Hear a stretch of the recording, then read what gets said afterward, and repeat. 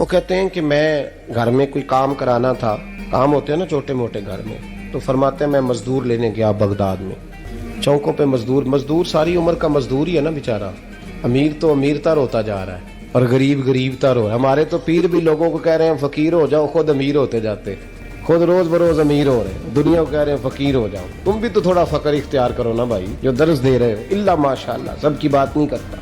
فرماتے ہیں کہ میں نا مزدور لینے گیا، بغداد کے چوک میں مزدور بیٹھے ہوتے تھے، تو میری ان مزدوروں میں سے نا ایک نوجوان بچے پہ نظر پڑی، بڑا کمزور سا وجود تھا لیکن چہرے پر عبادت کا نشان تھا، ماتھا بتاتا تھا کہ نماز کا بڑا خیال رکھتا ہے۔ میں اس کے قریب گیا، چہرے بھی بڑا کچھ بتاتے ہیں نا، چہروں میں بھی بڑی رانائی ہوتی ہے۔ فرماتے ہیں میں قریب گیا، میں نے اس کو کہا بیٹے مزدوری کرو گے؟ تو کہنے لگا مزدوروں میں بیٹھا ہوں تو حضور مزدوری کے لیے ہی تو بیٹھا ہوں۔ تو میں نے کہا کہ چلو پھر، کہنے لگا نہیں میری کچھ شرطیں۔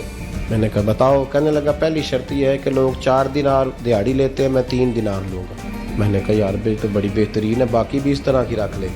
اس نے کہا حضور دوسری شرط یہ ہے کہ میں آپ کی مکمل بات مانوں گا لیکن جب اذان ہو جائے گی پھر آپ کی نہیں سنوں گا۔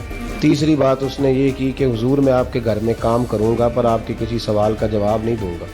کہتے ہیں میں نے کہا یار تو بڑا عجیب ہے، شرطیں تو مالکوں کی ہوتی ہیں۔ کہنے لگا جی بہرحال میں شرطیں لگا کے جاتا ہوں۔ فرماتے ہیں میں اسے گھر لے آیا، کام میں نے اس کو بتایا تو جو کام مزدور سارے دن میں کرتا ہے نا اس نے 2 گھنٹے میں کر دیا۔ ہمارے مزدور سگریٹ پینے میں بھی تو آدھا گھنٹہ لگاتے ہیں نا، وہ چائے پینے جائیں تو پونا گھنٹہ، وہاں ان کو بھی تو دیانتداری کرنی چاہیے کہ نہیں کرنی چاہیے؟ نے معاہدہ کیا ہے نا جی تو پورا اترنا چاہیے نا۔ کہتے 2 گھنٹے میں، اب کام جب بندہ شروع کراتا ہے تو کام اور نکل آتا ہے۔ کہتے کام میں نے اس کو اور بتا دیا، وہ کرنے لگا۔ اس نے مٹی نکال کے رکھی تھی باہر رستے میں، تو اذان ہو گئی زور کی، اس نے وہیں کدال چھوڑی کئی اور چلنے لگا۔ تو میرا بیٹا کہنے لگا اس کو ذرا برابر کر دو۔ کہنے لگے چپ کر جا، تیرے باپ سے بات ہوئی تھی، جب اذان ہوتی ہے تو میں کسی اور کی نہیں سنتا، صرف اللہ رسول کی سنتا ہوں۔ کہتے ہیں مسجد چلا گیا، نماز پڑھ کے آیا تو دوپہر کا وقت تھا۔ میری بیوی کہنے لگی اس کو کھانا کھا لے۔ کہتے ہیں ہم نے کہا کھانا کھا لو، تو کہنے لگا میں نے روزہ رکھا ہوا، رمضان بھی نہیں تھا، نفلی روزہ رکھا ہوا۔ فرماتے ہیں شام ہوئی، میں نے 3 دینار دیے تو میں نے کہا تیرا نام کیا ہے؟ کہنے لگا میں نے آپ سے کہا تھا میں کسی سوال کا جواب نہیں دوں گا۔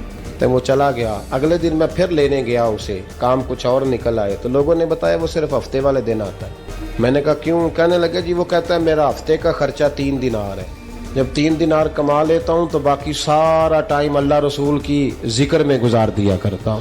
فرماتے ہیں جی اگلے ہفتے میں پھر لینے گیا، میں نے پورا ہفتہ انتظار کیا کہ کام اسی سے کرانا ہے۔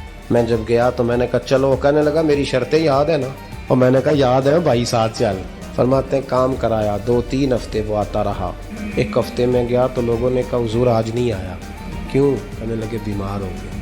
کہاں گھر ہے؟ کہنے لگے بغداد کے قبرستان کے پیچھے جو کچی آبادی ہے اس میں رہتا ہے۔ فرماتے میں گیا، دروازے پہ دستک دی تو کہنے لگا حضور آپ ہیں؟ دروازہ کھلا ہے، آ جائیے۔ فرماتے ہیں میں اندر گیا تو میں نے کہا تمہیں کیسے پتہ چلا میں آیا ہوں؟ کہنے لگا حضور اللہ والے ہو، آپ نہیں آنا تھا، ورنہ امیر تو غریبوں کا پتہ لینے کوئی نہیں آتے۔ کہتے ہیں میں قریب گیا تو کہنے لگا میں آپ کا انتظار کر رہا تھا، تیز بخار ہے، تپ رہا۔ جیب سے کچھ پیسے نکالے، کہنے لگا یہ پیسے رکھ لیں۔ ایک انگوٹھی نکالی، کہنے لگا حضور آج رات کو میرا انتقال ہو جائے گا، ان پیسوں کا کفن خرید کے صبح جنازہ پڑھ کے مجھے دفن کر دینا، اور جب دفن کرو تو یہ انگوٹھی لے کے عصر کے بعد ہارون رشید کے پاس جانا، آپ اسے کہنا میں نے ملنا ہے پر وہ آپ کو ٹائم نہیں دے گا، آپ اس کو آواز دیجیے گا کہ تیری ایک امانت ہے میرے پاس، پھر وہ آپ سے ملے گا تو انگوٹھی دے دیں، پھر آپ میری طرف سے فارغ ہیں۔ حضرت فرمانے لگے تیرا نام؟ اور کہنے لگا حضور وقت تھوڑا ہے، آج رات میں نے جانا ہے، بڑی لمبی معافی مانگنی ہے رب کریم، اگر مناسب سمجھے تو مجھے اپنے رب سے تنہائی کرنے دے۔ فرماتے ہیں میں آ گیا اور اس کی باتوں نے مجھے ساری رات سونے نہیں دیا۔ فرماتے ہیں صبح بڑی مشکل سے سورج نکلا، میں گیا دروازے پہ ہاتھ رکھا تو دروازہ کھلا ہوا تھا، اندر داخل ہوا تو خوشبوئیں میرا استقبال کر رہی تھی، جب چہرے سے کپڑا ہٹایا تو اس کا تو انتقال ہو چکا ایسے جیسے کسی کا دیدار کر کے سویا۔ کہتے میں تو 2 آدمی لے گیا تھا جنازے پہ، پر پتہ نہیں دنیا کدھر کدھر سے آئی، کہاں سے اکھاں جدو میٹیاں، زمانہ مینو روے گا، اپنا تے اپنا بیگانہ مینو روے گا، اپنا تے اپنا۔ اور میاں صاحب نے کہا تھا بعد مرن دے مکھڑا میرا ہو جاوے جے تازہ، پھر سمجھ لینا محبوب میرے نے آن پڑیا جنازہ۔ اور کسی اردو کے شاعر نے کہا تھا میرے مرنے پہ ہر سو شور مچ جائے گا دیکھو گے، اللہ کو میرے مرنے پہ ہر سو شور مچ جائے گا دیکھو گے کہنے الوداع سرکار خود تشریف لائیں گے. فرماتے ہیں میں تو 2 بندے لے گیا تھا پر پتہ نہیں مخلوق کہاں کہاں سے آئی. جنازہ پڑا, دفن کیا. ہارون رشید کے پاس میں عصر کے بعد گیا. میں نے بلانا چاہا پر بادشاہ تھا, میری طرف دیکھا ہی نہیں. میں نے اس کو کہا تیری یہ امانت میرے پاس ہے. فرماتے ہیں وہ مجھے کونے پہ لے گیا.